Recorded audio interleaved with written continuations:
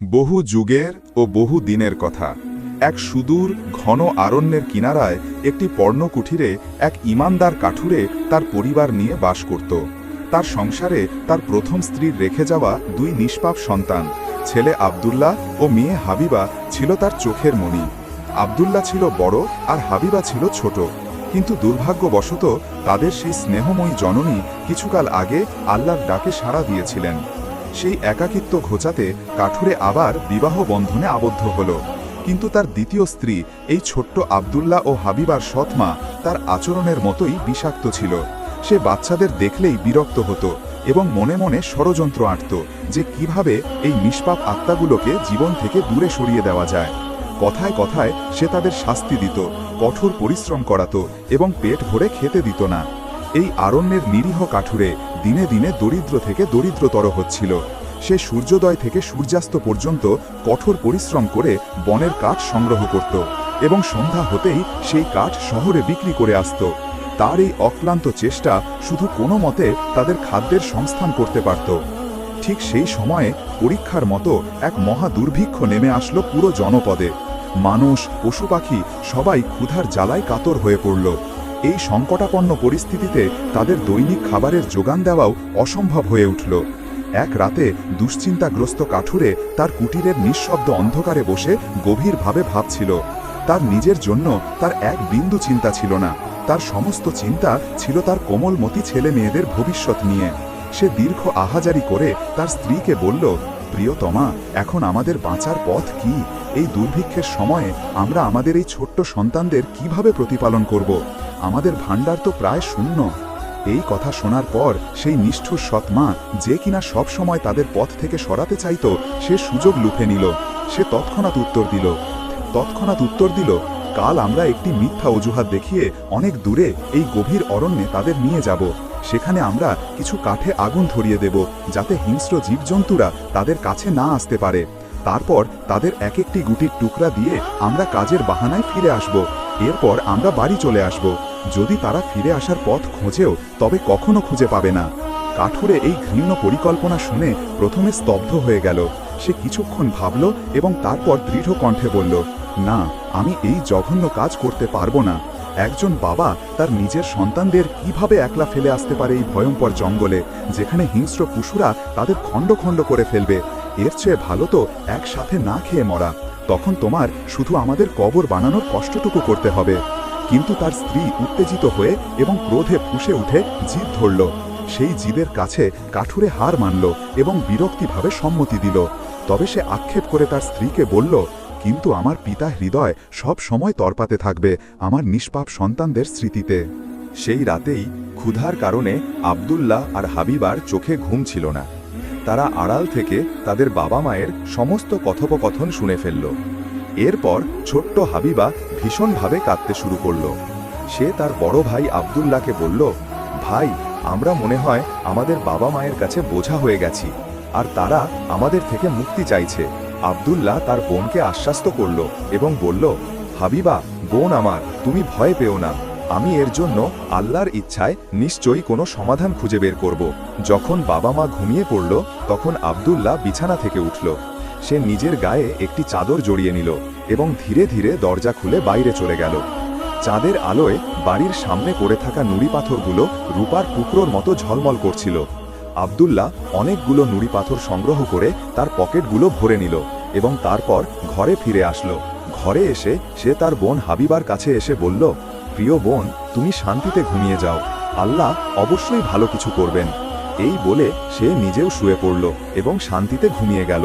পরের দিন সকালে সূর্য ওঠার আগেই কাঠুরের সেই নিষ্ঠুর স্ত্রী এই দুই শিশুর কাছে আসলো এবং তাদের জাগিয়ে বলল, ওঠো বাচ্চারা, তৈরি হয়ে নাও, আজ আমরা আরণ্যে যাব কাঠ কাটতে। সে আব্দুল্লাহ এবং হাবিবাকে এক টুকরো করে রুটি দিল এবং সতর্ক করে বলল, এটা তোমাদের দুপুরের আহারের জন্য, এখনই খেয়ে ফেলো না, নয়তো দুপুরে তোমাদের কাছে খাওয়ার জন্য কিছু অবশিষ্ট থাকবে না। আব্দুল্লাহ ও হাবিবা নীরবে রুটির সেই টুকরোগুলো গ্রহণ করল এবং তারপর তারা জঙ্গলের দিকে যাত্রা করল।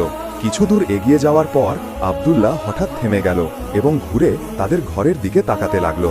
এই কাজটি সে বারবার করতে থাকল। কাঠুরে তার পুত্রকে এমনটি করতে দেখে প্রশ্ন করল, আব্দুল্লাহ, বাবা, কি করছো? তুমি বারবার পিছনে ফিরে তাকাচ্ছ কেন? সাবধানে হাঁটো বাবা।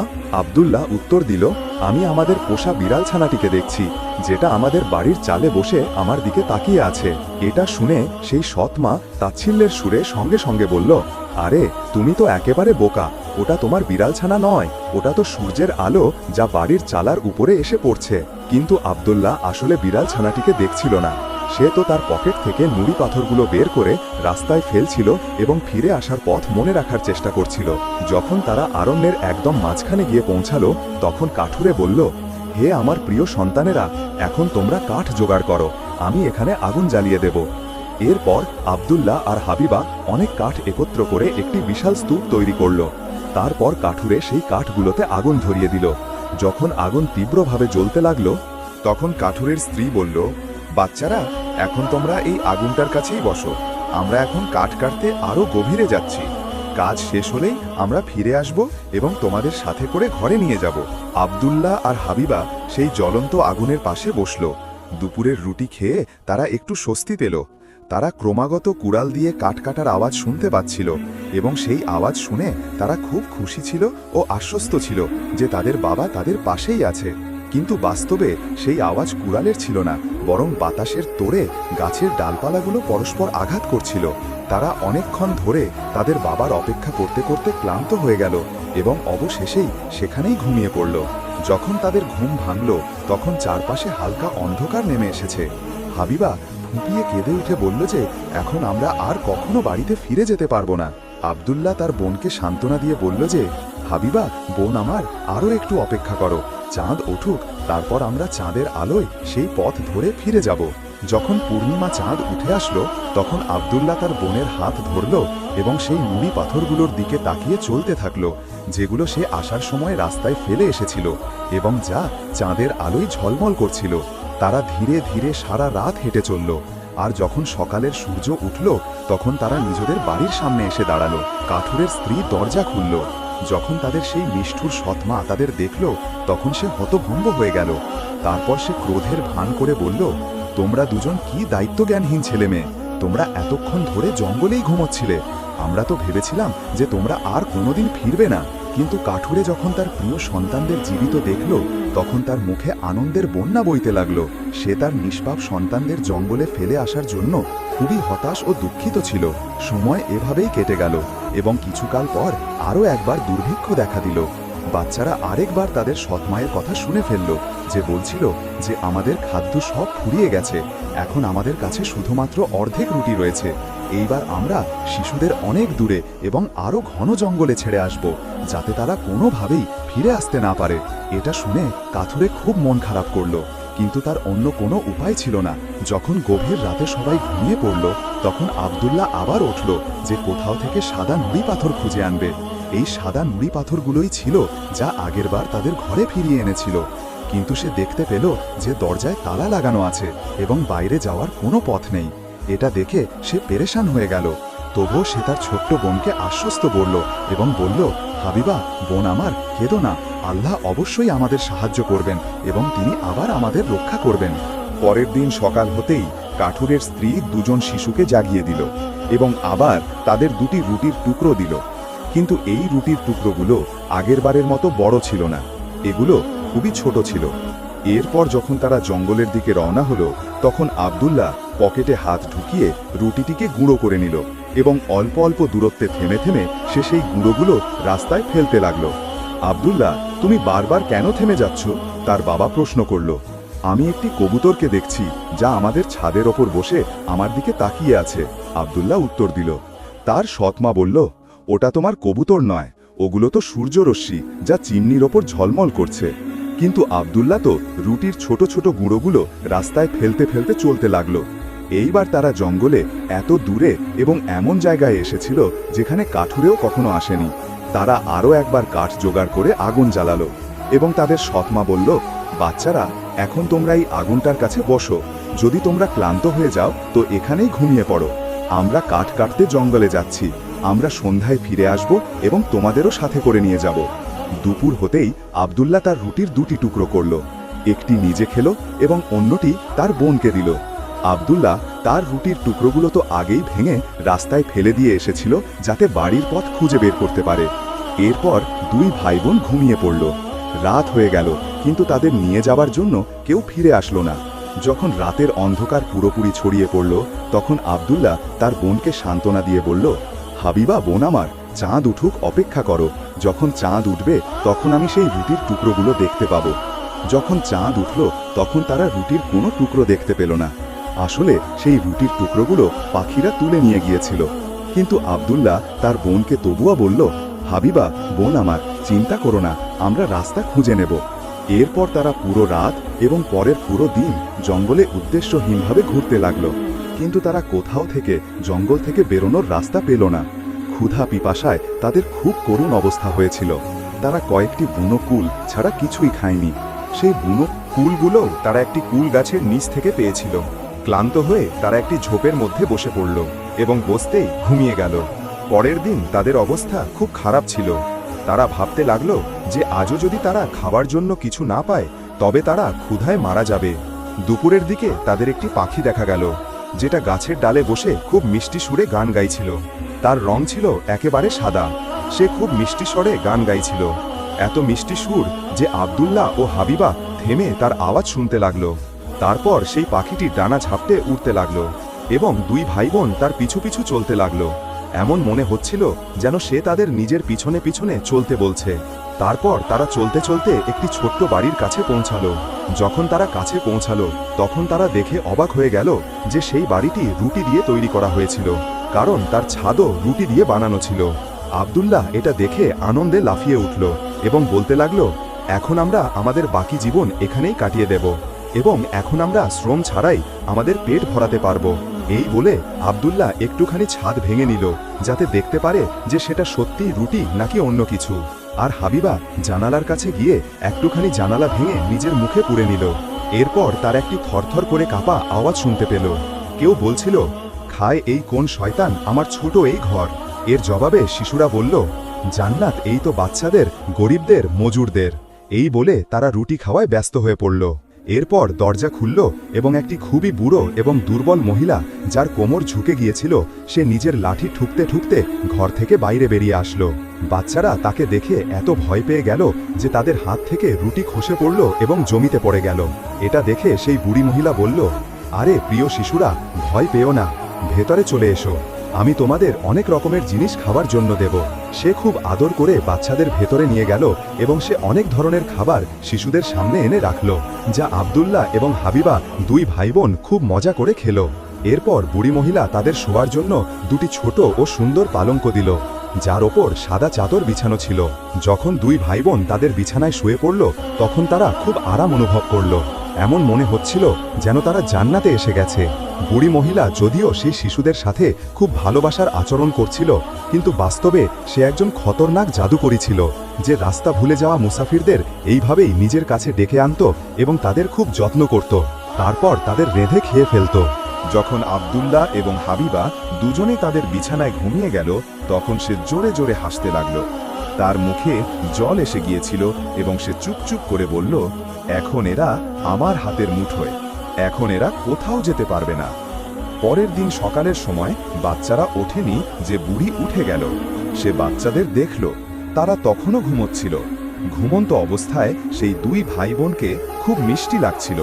তাদের দেখে বুড়ি মহিলা হাসল এবং মনে মনে ভাবতে লাগল, এদের মাংস তো খুবই সুস্বাদু হবে।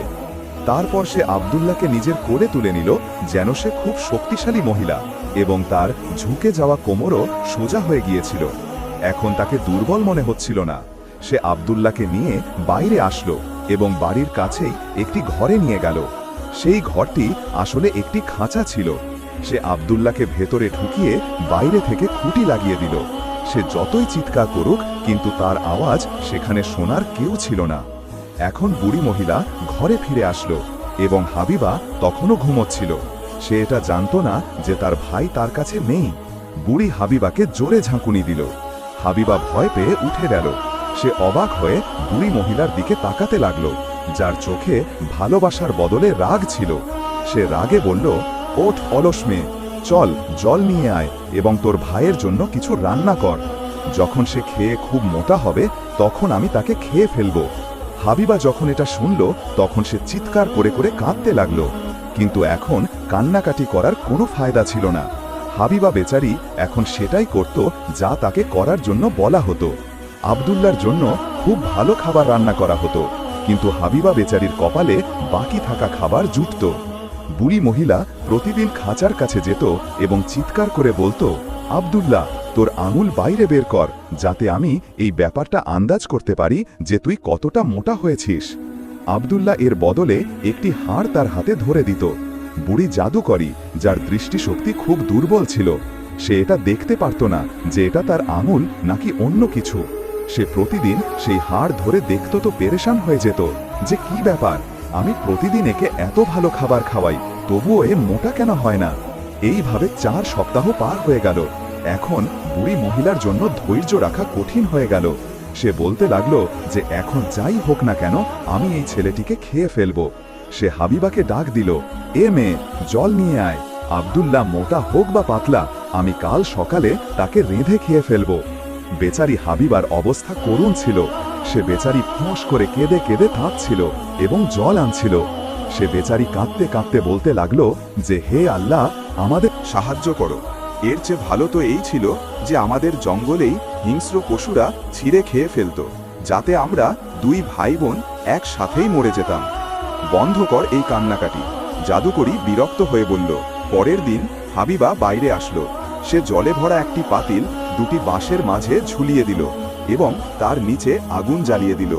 বুড়ি মহিলা বলতে লাগলো, আগে আমরা তাকে ভাজব। আমি তন্দুর তৈরি করে ফেলেছি এবং আটাও বানিয়ে ফেলেছি। তারপর সে হাবিবাকে তন্দুরের দিকে ধাক্কা দিল, যেখানে আগুনের শিখা জ্বলছিল, এবং বুড়ি মহিলা হাবিবাকে বলল যে গিয়ে দেখ তন্দুর গরম হয়েছে কিনা, যাতে আমি রুটি সেঁকতে পারি। আসলে সেই বুড়ি মহিলা হাবিবাকে এই জন্য তন্দুরের কাছে পাঠাচ্ছিল, যাতে সে তাকেও ধাক্কা দিয়ে তন্দুরে ফেলে দেয় এবং তাকেও রেঁধে খেয়ে ফেলে। কিন্তু হাবিবা তার চালাকি বুঝতে পেরেছিল। সে অজানার ভান করে বলল, কিন্তু আমি তো এটা দেখতে জানি না যে তন্দুর গরম হয়েছে কিনা, আমি কিভাবে দেখব? এরপর বুড়ি মহিলা বলতে লাগলো, আরে কাজ এড়িয়ে চলা মেয়ে, এই তন্দুরের মুখ এত বড় যে আমি আমার মাথাও তার ভেতরে ঢোকাতে পারি। এই বলে সেই বুড়ি জাদুকরী নিজের মাথা তন্দুরের ভেতরে ঢুকিয়েছিল, যে হাবিবা তাকে পেছন থেকে তন্দুরের ভেতরে ধাক্কা মেরে দিল এবং লোহার একটি ঢাকনা দিয়ে তন্দুরের মুখ বন্ধ করে দিল। বুড়ির ভয়ঙ্কর চিৎকারে পুরো জঙ্গল কেঁপে উঠল। সে ভীষণভাবে চিৎকার করছিল। একবার তো হাবিবাও তার চিৎকার শুনে ভয় পেয়ে গেল, কিন্তু সে নিজের কানে আঙুল ঢুকিয়ে নিল এবং দৌড়ে সেই দিকে আসলো যেখানে তার ভাই আব্দুল্লাহ বন্দী ছিল। সে খাঁচার দরজা খুলল এবং চিৎকার করে বলল, আব্দুল্লাহ, আব্দুল্লাহ, আমরা মুক্ত হয়ে গেছি, বুড়ি মহিলা পুড়ে মরে গেছে।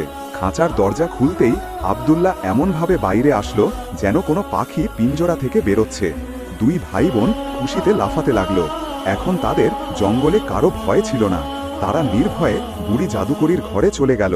সেখানে গিয়ে তারা দেখল তাদের অনেক ধরনের সিন্দুক নজরে আসলো। সেই সিন্দুকগুলোতে হীরা, জহরত এবং সোনার মুদ্রা ভরা ছিল। আব্দুল্লাহ সেই মুদ্রাগুলো দিয়ে নিজের পকেট ভরে নিল এবং হাবিবাও যতটা মুদ্রা নিতে পারত সে নিয়ে নিল। এরপর আব্দুল্লাহ বলল যে এখন আমাদের এই জঙ্গল থেকে বাইরে বেরোনো উচিত। কয়েক ঘন্টা ঘোরার পর তারা একটি দিঘির কাছে পৌঁছালো। এখন আমরা এর ওপার কিভাবে যাব? আব্দুল্লাহ বলল। হাবিবা বলল, দেখো সামনে একটি খুব বড় উট পাখি দাঁড়িয়ে আছে, আমি তাকে বলছি যে সে যেন আমাদের সাহায্য করে। হাবিবা বলল, সে তার কাছে গেল এবং বলতে লাগলো, প্রিয় উট পাখি, আমরা 2 ভাই বোন খুব পেরেশান হয়ে দাঁড়িয়ে আছি এবং আমরা আমাদের বাড়িতে ফিরে যেতে চাই। এরপর উট পাখি তাদের কাছে আসলো।